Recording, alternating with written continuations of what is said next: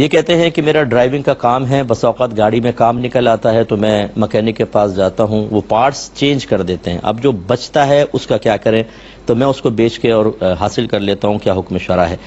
دیکھیں مسئلہ ہے کہ یہ اصل میں جس کی گاڑی ہے اس مالک کی یہ ملکیت ہوتی ہے، تو لہٰذا آپ اگر یہ سمجھتے ہیں کہ جیسے ہمارے اکثر عرف ایسی ہوتا ہے کہ مالکان بھی اتنی توجہ نہیں کرتے ہیں، اور وہ انہیں بھی پتہ ہوتا ہے، آپ یہ تو کہتے ہوں گے جی گاڑی خراب ہو گئی میں ٹھیک کروانے جا رہا ہوں، تو ان کے بھی ذہن میں ہوتا ہے کہ اگر ایک پارٹ خراب ہو گیا ہے، آپ بل بھی پیش کرتے ہوں گے، اس میں لکھا ہوتا ہوگا کہ دوسرا اس میں پارٹ ڈالا ہے تو پرانا کہاں گیا؟ اگر وہ نہیں طلب کرتے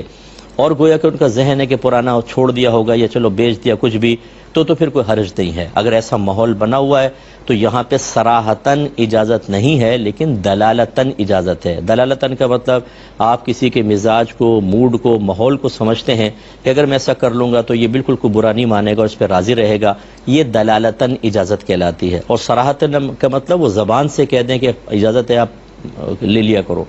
تو اگر صراحتاً نہ تو دلالت کم از کم ہونی چاہیے۔ ہاں اگر آپ کو خوف ہے کہ اگر میں بتاؤں گا تو وہ ناراض ہوں گے اور ہو سکتا ہے کہ وہ مجھ سے پیسے واپس لے لیں، یہ اس کا مطلب ہے نہ صراحتاً اجازت ہے نہ دلالتاً اجازت ہے۔ ایسی صورت میں آپ امانت میں خیانت کے مرتکب ہوں گے۔ ایسی صورت میں تو وہ پارٹ لا کے ان کے ہاتھ میں دے دیں یا ان سے پرمیشن لیں کال وغیرہ کر کے کہ یہ بچا ہوا ہے پارٹ اور وہ کہہ رہا ہے، جیسے مکینک وغیرہ بعض اوقات کہتے ہیں یہ پرانا ہمیں دے دیں، اتنے پیسے کم کر کے ہم نیا ڈال دیتے ہیں، وہ اس کو پھر کسی طریقے سے یوز میں لے لیتے ہیں۔ تو اگر اس طرح ہو تو پھر پرمیشن لے کے آپ کریں، ورنہ اگر آپ کو صراحتاً یا دلالتاً اجازت ہے تو پھر آپ بالکل اس کو استعمال کر سکتے ہیں۔